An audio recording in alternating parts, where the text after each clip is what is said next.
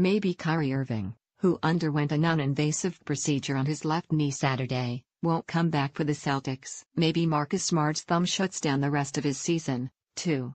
We know that Daniel Theis is done for the year, and it's a good bet that applies to Gordon Hayward, too.And while no team ever wants to give away a potential long playoff run, especially with the East looking as open as it's been to a non-LeBron James team in the past 8 years, maybe that's not the worst thing for the Celtics. This has been a snake-bitten year since Hayward suffered his nasty ankle injury on opening night, but the future is bright in Boston.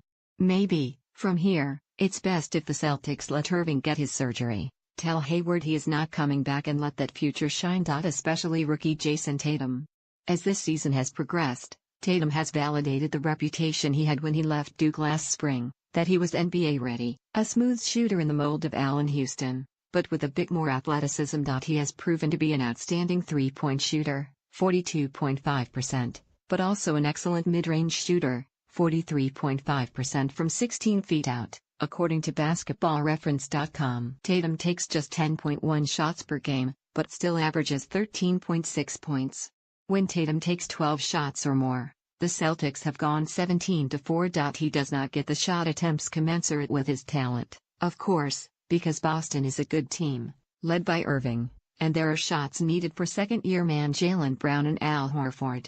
Tatum has come into the NBA and, rather than being handed a star-level slice of the offense, has had to work within a system. He sees the benefit in that. "I feel like I am very fortunate," Tatum told Sporting News, "being in a winning environment, with great veterans, a great coaching staff, and that has really helped my game, especially the mental aspect, being around guys who really know the game of basketball. It's the best way to learn. Perhaps, but the Celtics must be at least a little curious about what Tatum might do as a featured player, as the top option. He is only 20, and the way the Celtics have handled him has been starkly different than the approach the team took for Brown's rookie season. Brown has the potential to be a star in his own right, a suffocating defensive player with tremendous athleticism and a surprisingly reliable perimeter shot, at 37.2% this season. He had been a 29.4% three-point shooter in college.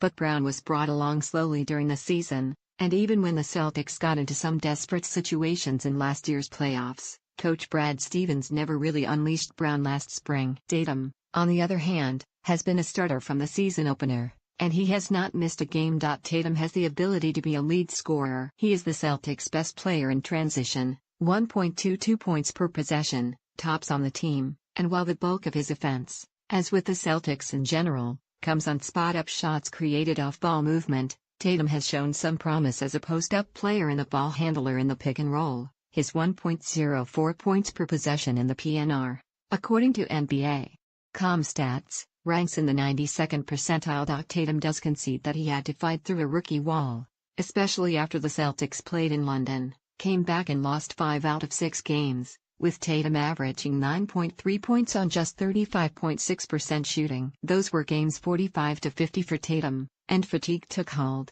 "I only played 29 games in college. I was hurt the first 8, Tatum said. "We've already played 71 games, so it's tough. I was 19 for most of the year. It's a big adjustment, playing every other day, 4 games a week, traveling. I did not have my rhythm. There are ups and downs in the season, and you just have to stick with it and figure it out. My coaches and teammates told me that would come and they supported me. I did not really do anything to break out of it. I just kind of kept going and adjusted." Tatum had 23 points in Wednesday's scrappy win over the Thunder, the Celtics playing without Irving or Brown in the starting lineup. He was 8 for 12 shooting, going mostly against Paul George, one of the league's best defenders. That's the kind of performance that raises the expectations for Tatum as a potential No.1 option. It's been encouraging to watch his development in games in which Irving does not play. The first 3 times Irving sat out this year, in the first 3 months of the season, Tatum shot 33.3% from the field, 2 for 11 from the three-point line, and averaged 9.3 points.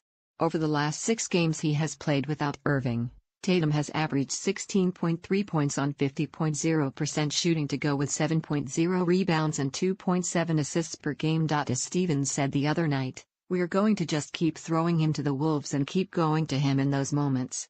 In the long term, Stevens will have to work out how he uses Tatum's scoring ability alongside Irving and a healthy Hayward. with Brown and Al Horford still on board. But in the short term, with Irving's knee needing protection and Hayward focused on a return next year, it would not be the worst thing to have Tatum continue his rookie development as the team's top scoring threat through these stretch run games, and maybe